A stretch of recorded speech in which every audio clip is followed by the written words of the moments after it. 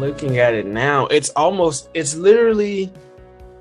crazy how you wouldn't even think. You would imagine, because once you send out these text messages, when you're sending out these batches, you're getting so many.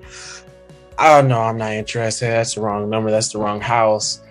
You basically have to have the tenacity to actually go through and say, if I'm paying for 10,000 text messages a month, I'm going to text 10,000 people a month, and just don't worry about every individual. No, not interested. Stop harassing me. I told you guys to, because a lot of times people are also getting contact by other people and they assume it's me. And one tip that I think is really good before I continue to break down that deal is talk to people like you're going to talk to them again.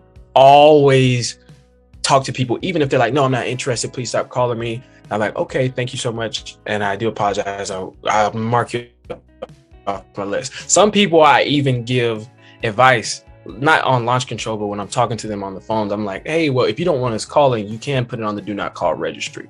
So I'm very nice with the customers, but with this lady, after hearing so many no's, I almost said her name. I don't think I should say her name, but the customer, let's say her name was Sarah. With Sarah, she lived out of state, but her daughter actually goes to school here in the city that I was contacting, her property, but she didn't live at the property. I think the tenants she had tenants in there, and they were going to be moving out November 20th, the 20th of this month, so shortly before Thanksgiving. And she just was like, hey, I'm not in there. My daughter goes to school. I'm not in this city though. And so once these tenants move out, I don't want to keep dealing with this property, actually, which of course that's pretty much the norm. Yeah, I hear that a lot. And so it was just, I guess, not so much a tired landlord, but she had other plans. She was trying to buy properties closer to where she was. So she was tired of the distance, to say the least.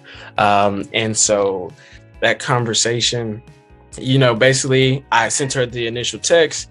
And this is my first, at the beginning of these text message conversations, I'm trying to ascertain do we have the right person? So that's kind of the initial part. Then letting them know who we are and what we do. So that way I'm not bombarding them too much up front, and make sure that I'm only talking to the right person, the actual person. So let her know we buy properties, whatever. She kind of gave me the rundown, get the condition. Then we negotiated on a price. We were able to get the right price. And then I sent her over the contract and she signed. It's really as simple as that. But I think the bulk of it, or the stress, if I were talking to thank you so much. If I were talking to someone who has never gotten a deal, especially not using this period, I would say, I think the most of them,